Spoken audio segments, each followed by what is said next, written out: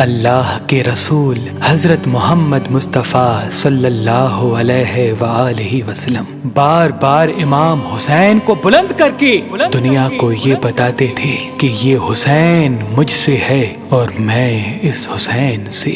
اے لوگو، اگر اس حسین پہ کوئی مشکل وقت آ جائے اور یہ تم سے مدد طلب کرے تو اس کا ساتھ دینا، کیونکہ یہ جنت کے جوانوں کا سردار ہے، میرا خون ہے، میری اولاد ہے۔ لیکن افسوس، ابھی رسول اللہ کی رحلت کو تھوڑا وقت ہی گزرا تھا کہ کربلا کے میدان میں ایک طرف 9 لاکھ کا مجمع تھا تو دوسری طرف وہ حسین جس کو اللہ کے رسول اپنے کندھوں پہ سوار کرتے تھے۔ امام حسین علیہ السلام اپنے نانا کی امت سے بار بار کہتے رہے کہ کیوں میرا رستہ روکا ہے؟ اے لوگو، پہچانو، میں تمہارے نبی کا نواسا ہوں۔ کیوں 3 دن سے میرے بچوں کو پیاسا رکھا ہے؟ کیوں میرے عزیز و اقارب کو شہید کیا ہے؟ بتاؤ، کیا میں نے رسول اللہ کی شریعت میں ترامیم کی ہے؟ کسی انسان کا حق کھایا ہے؟ کسی انسان پہ ظلم کیا ہے؟ اتنے میں فوج یزید ایک آواز میں کہنے لگی، اے حسین، ہم سب تجھے تیرے بابا علی کے بغض میں قتل کر رہے ہیں تاکہ یزید ہماری جھولیاں دولت سے بھر دے۔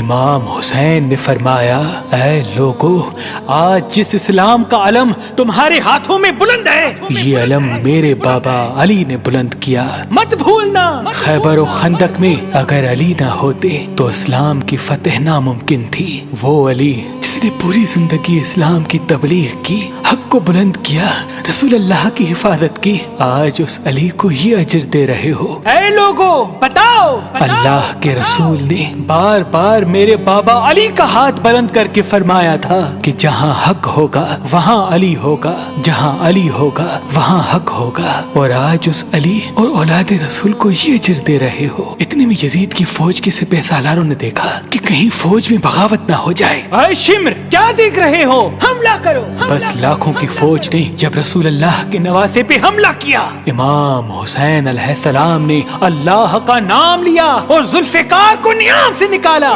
تاریخ گواہ ہے، ایک طرف لاکھوں کا مجمع اور ایک طرف 3 دن کا بھوکا پیاسا حسین ابن علی۔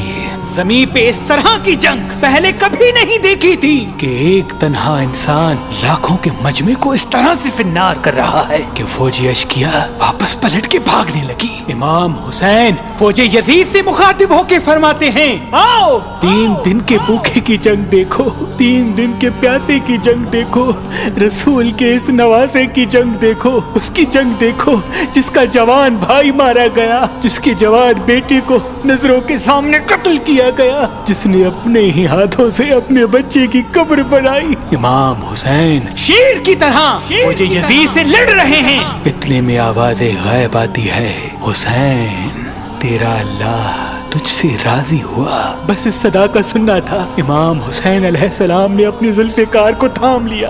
اتنی میں عمر بن سعد کہتا ہے، شمر، کیا دیکھ رہے ہو؟ یہ علی کا شیر ہے، اس کو مات دینا ناممکن ہے، جاؤ خیموں کو آگ لگا دو۔ بس کچھ ظالموں نے بیبیوں کے خیموں کو آگ لگا دی اور کچھ امام حسین کو دور سے تیر مارنے لگے۔ امام حسین کبھی بیبیوں کے خیموں کی طرف بڑھتے ہیں، کبھی فوج کی طرف جاتے ہیں۔ عمر بن سعد اور شمر نے فوج کو 4 حصوں میں تقسیم کر دیا اور یہ کہا کہ کوئی بھی حسین کے قریب نہ جائے، جس کے پاس جو چیز ہے وہ دور سے حسین کو مارے۔ جس کے پاس نیزہ تھا اس نے نیزہ مارا، جس کے پاس تیر تھے وہ تیر مارتا رہا، جس کے پاس برچیاں تھی وہ برچیاں مارنے لگا۔ تاریخ نے لکھا جس کے پاس مارنے کے لیے کچھ نہ تھا وہ کربلا کی گرم زمین سے مٹی اٹھا کے امام حسین کی طرف پھینکتا رہا۔ امام حسین کے جسم مبارک پہ ہزاروں زخم لگتے رہے، آپ کے جسم مبارک پر اتنے تیر تھے کہ آپ کا جسم مبارک نظر تک نہیں آ رہا تھا۔ بس جیسے ہی نواسا رسول گھوڑے کی سینگ سے زمین پہ آتے ہیں، فوج یزید یزید جھومنا شروع کر دیتی ہے، لیکن اتنے میں وہ گھوڑا جس پہ آپ سواری کیا کرتے تھے وہ امام حسین کے چاروں طرف گھومنا شروع کر دیتا ہے تاکہ ان تیروں سے میں اپنے آقا حسین کو بچا لوں۔ وہ گھوڑا دوڑ ہی رہا تھا، اتنے میں عمر بن سعد نے کہا اے لوگو رکو، میں نے اپنی آنکھوں سے دیکھا تھا اس گھوڑے پہ اللہ کے رسول سواری کرتے تھے، کہیں تیر اس گھوڑے کو نہ لگے، اور یوں تیروں کو چلانا بند کیا گیا۔ افسوس ہے ان لوگوں کو اس گھوڑے کا تو احترام معلوم تھا جس پہ رسول اللہ سواری کیا کرتے تھے، لیکن اس حسین کا احترام بھول چکے جن کو اپنے کندھوں پہ سوار کر کے امت کو دکھایا کرتے تھے۔ بس امام حسین علیہ السلام زمین کربلا پہ اپنا سر رکھ کے اللہ کا شکر کر رہے ہیں، اور وہاں فوج یزید کے مختلف سپاہی امام حسین کا سر کاٹنے کے لیے قریب آتے ہیں۔ جو بھی قریب آ کے امام حسین کے سر کو دیکھے تو اسے امام حسین کے چہرے میں رسول اللہ کا چہرہ نظر آئے اور وہ چیخ کے دور چلا جائے۔ اتنے میں شمر کہنے لگا یہ کام مجھ سے ہی ہونا ہے۔ جیسے ہی شمر نے خنجر امام حسین کے گلے پہ رکھا تو وہ دیکھے امام حسین کے لب ہل رہے ہیں۔ اس نے سوچا ہم نے حسین کا پورا خاندان قتل کر دیا، 3 دن تک حسین کے بچوں کو پیاسا رکھا، شاید حسین ہمیں بد دعا دے رہے ہوں گے۔ سننے کے لیے کان قریب کرے تو کیا سنے، امام حسین علیہ السلام اللہ کی دربار میں اللہ کی نعمتوں کا شکر کر رہے ہیں کہ اے اللہ تیرا شکر ہے کہ اس عظیم امتحان کے لیے تو نے اس حسین کو چنا۔ اتنے میں امام حسین نے آنکھیں کھولی اور شمر سے کہا اے شمر کیا تو نہیں جانتا میں رسول اللہ کا نواسا ہوں، جنت کا سردار ہوں، حق پہ ہوں، بے جرم ہوں۔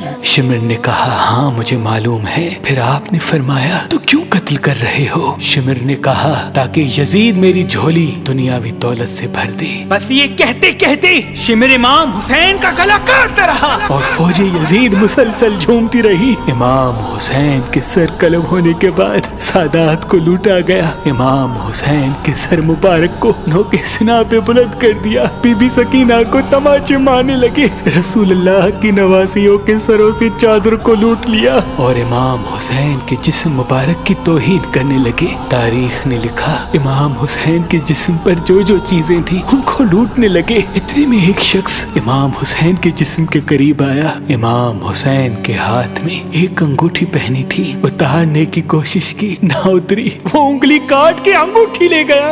آپ کے جسم مبارک کو رسیوں سے باندھ کے کربلا کی گرم زمین پہ ادھر سے ادھر پھرایا گیا۔ اتنے میں عمر بن سعد نے کہا اے شمر حسین اور اس کی ساتھیوں کی لاش کا وہ حشر کرتے ہیں کہ رہتی دنیا تک کوئی بھی یزید کے خلاف آواز نہ اٹھائے، سب کے جسم سے سروں کو کاٹ لو اور سب کی لاشوں کو پامال کر دو۔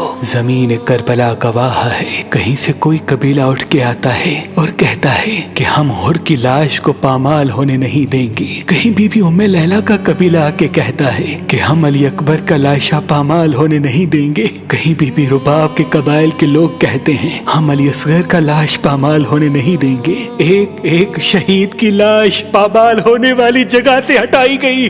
تاریخ گواہ ہے صرف رسول اللہ کا اکیلا نواسا کربلا کی گرم زمین پہ پڑا رہا اور مغرب کے گھوڑے مشرق کی طرف، مشرق کے گھوڑے مغرب کی طرف دوڑتے رہے۔